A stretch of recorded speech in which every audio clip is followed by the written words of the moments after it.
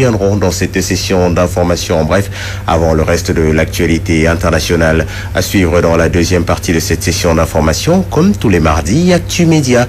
Nous irons dans les coulisses de certains métiers de l'audiovisuel. Nous terminerons ce journal par la revue de la presse de Mami Khady Nyarba à la une de Walfadjri quotidien.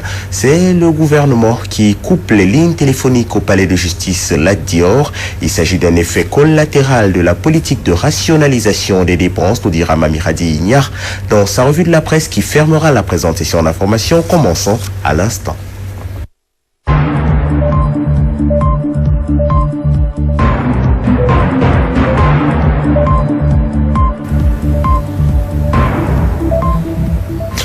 Une fraude en vue des élections locales est en cours dans les régions de Kaolack et de Kaffrine. L'accusation est portée par Oumar Niass. Il est ressortissant de Kër Abibou. Selon Oumar Niass, près de 70 électeurs ont d'ores et déjà été transférés de Kër Abibou à Kaolack, où pourtant ces personnes ne résident pas. Il faut purement et simplement annuler tous les transferts effectués, non seulement dans la région de Kaolack, mais également dans la région de Kaffrine. Le souhait est porté par Oumar Niass. C'est un résident de Kër Abibou et il s'est confié à Mamadou Makhtar Sarr et Abdoulaye Dia. Notable du village de Kër Abibou nous a saisi pour nous signifier qu'un bon nombre des habitants ont été transférés dans la commune de Kaolack pour les locales. Donc les femmes, on les a dit que on va leur former des GIE et il y a eu un financement qu'on doit leur accorder. Et on a eu à ramasser les cartes d'électeurs de ces femmes et bon nombre. On a recensé 70 personnes hier à Kër Abibou. Et toutes ces personnes-là, on les a inscrites dans la commune de Kaolack. Alors nous sommes là aujourd'hui pour porter plainte au niveau de la FEDA et au niveau du tribunal départemental pour que les inscriptions qui ont été faites au niveau de la commission de Kaolack soient annulées. Parce que pour inscrire une personne, il faut que la personne soit présente avec sa carte d'identité, sa carte électeur, un certificat de résidence. Il se trouve que les personnes transférées n'ont jamais mis les pieds au niveau de la commission d'inscription de Kaolack. Donc ça a été fait frauduleusement. Et nous savons que ça c'est au-delà même de Kër Abibou et de la commune rurale de Taïba Niassène, c'est dans l'étendue de toute la région de Kaolack et de Kaffrine. Donc ce qui nous fait dire que tous les inscrits, tous les transferts au niveau de la commission de Kaolack doivent être annulés. 12 millions de francs CFA en moutons et en chèvres. Voilà la valeur des vols perpétrés à Ndiouk, village situé dans la commune de Fatick. Les populations de Ndiouk en ont marre, elles donnent de la voix. Elles sont particulièrement rancunières envers des responsables de l'Alliance pour la République venus battre campagne à Ndiouk et qui depuis l'élection du 4e président de la République, Macky Sall, ont oublié cette localité Ndiouk d'où nous parle Mamadou Makhtar Sarr. Il est avec Abdoulaye Dia. L'insalubrité, le manque d'emploi, l'insécurité, ce sont là les maux dont souffrent les populations de Ndiouk, un quartier de la commune de Fatick. Une situation qui a poussé les habitants de la localité à monter au créneau au cours d'un rassemblement. Nous sommes debout, nous, population de Ndiouk, surtout les jeunes et les femmes, mais aussi les personnes du 3e âge. Nous sommes debout autour de 3 doléances principales. Il y a l'insécurité, avec la grande promiscuité de la commune et du quartier. Ce qui a eu pour conséquence le phénomène récurrent du vol de bétail. On ne peut pas vous estimer exactement le préjudice que cela a causé aux populations de Ndiouk. Le quartier souffre d'une insécurité sans précédent. Plus de 12 millions de francs ont été subtilisés en moutons et en chèvres. Mais à des honnêtes citoyens qui sont du quartier. Évidemment, l'insalubrité à Fatick d'une manière générale, mais particulièrement à Ndiouk. Ndiouk est insalubre. Ndiouk est vraiment sale. Regardez ce qui se passe. C'est des tas d'immondices qui sont un peu partout dans le quartier aujourd'hui. Il y avait un certain nombre de problèmes dont souffre Ndiouk. Nous avons parlé du problème du chômage. Nous avons parlé du problème d'insécurité. Ces populations de Ndiouk rappellent au président Macky Sall et aux responsables politiques de la localité leur engagement. Et le quartier Ndiouk est le quartier le plus laissé en rade par ces responsables-là, qui pourtant ont tenu leur dernier meeting de clôture ici dans le quartier. Depuis qu'ils ont gagné et porté M. Macky Sall à la tête du pouvoir, avec, n'est-ce pas, l'appui de nos jeunes et de nos femmes, on ne les voit plus aujourd'hui. Ces jeunes du quartier de Ndiouk n'excluent pas de descendre dans la rue s'il n'y a pas de réaction de la part des autorités. Kaolack, Mamadou Makhtar Sarr pour la radio-télévision Walfadjri. Merci à vous, Mamadou Makhtar Sarr. Dans le nord du pays se trouve actuellement le 4e président de la République, Macky Sall. Il a effectué ce déplacement afin d'inaugurer le nouveau site de paysage de Rosso. La guerre des pancartes bat son plein dans la capitale du Nord où l'on attend le locataire du Palais de Rome, nous disait il y a quelques instants notre correspondant dans le Nord, Gabriel Barbier. Nous restons précisément avec Gabriel Barbier qui allait tendre son micro, un responsable du Parti Socialiste que vous voyez en arrière-plan à Bamba. Il s'est prononcé notamment sur ce qu'il qualifie de léthargie au sein des Verts au Sénégal. Les Verts qui ont vendu 400 000 cartes et lors des élections, ils ont eu 400 000 voix. Autrement dit, aucune progression. Pour que cela change, il faut que les responsables arrêtent de penser d'abord à eux-mêmes. L'une des solutions préconisées dans l'immédiat par Abambaye, c'est la vente publique des cartes. Abambaye, responsable du Parti Socialiste dans la capitale du Nord, est avec Gabriel Barbier.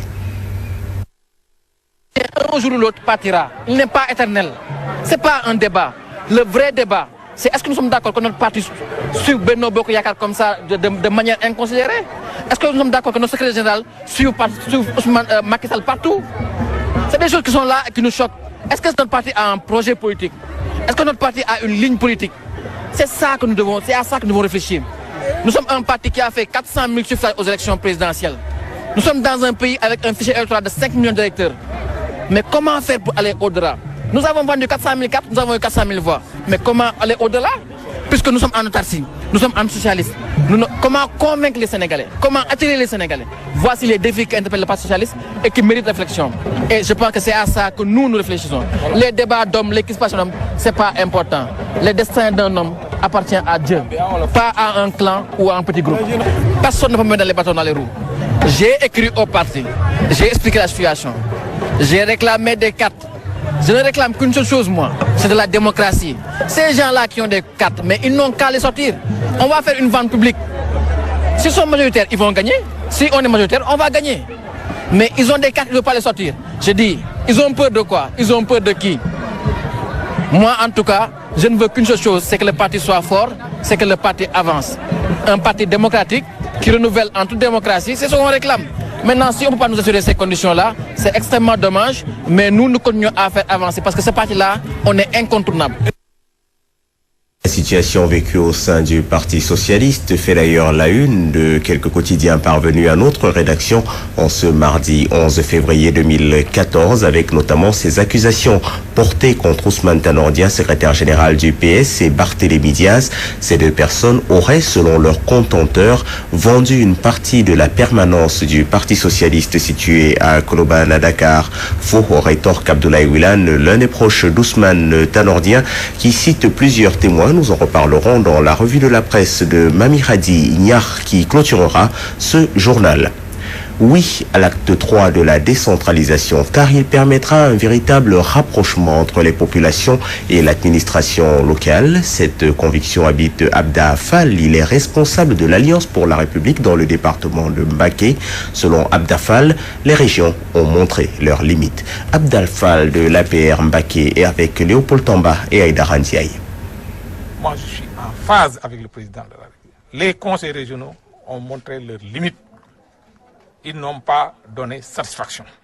Je pense qu'avec l'érection des départements en conseils départementaux, maintenant la gestion va davantage se rapprocher aux populations. Et c'est comme l'exemple de la France avec les conseils généraux. Parce qu'en fait, le territoire maintenant au niveau départemental, les gens seront beaucoup plus rapprochés.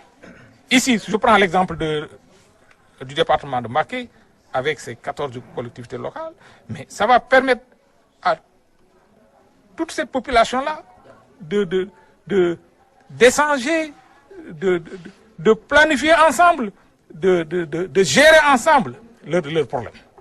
Mais la région, pour moi, était un peu éloignée, et donc le département, c'est en tout cas, pour moi, une réponse, en tout cas, aux besoins des populations qui l'ont demandé.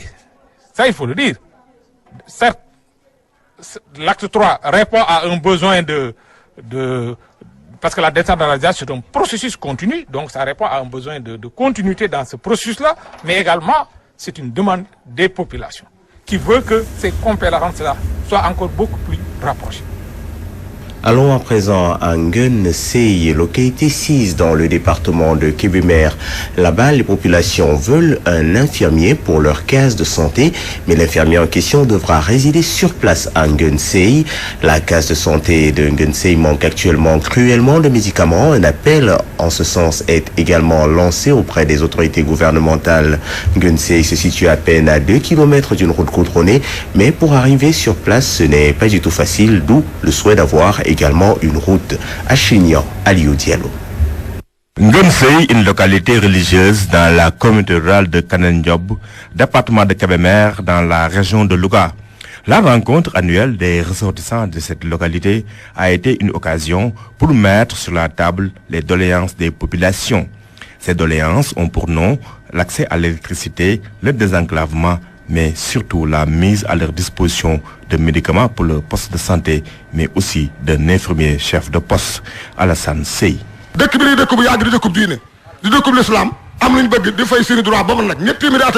kilomètres et demi nous séparent de la route. C'est pourquoi nous voulons un tronçon pour désenclaver notre terroir. Les véhicules y accèdent difficilement.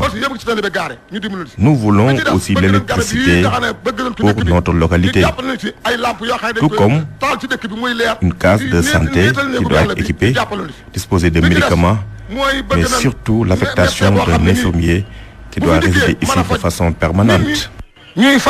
ndax ay bés wala weer la fi ñëw wala ñaar wala fukk fan ak juróom loolu dafa metti ñu bëgg ñu jàppale ci xam na dëkk bi dëkkub diine dëkkub askan la ñu dimbali ñu tari di fay suñu droit ba mat nag ñu dimbali ci yoon wi dimbali ñu ci dispensaire bi dimbali ñu ci courant bi dimbali ñu ci la nga xale lépp loo xam nit soxla noo ko ci doobaale na ko soxloo ci dundam ñu jàppale ci. Les populations veulent aussi la construction d'une école française pour l'éducation des enfants, même s'il existe déjà un projet d'école franco-arabe.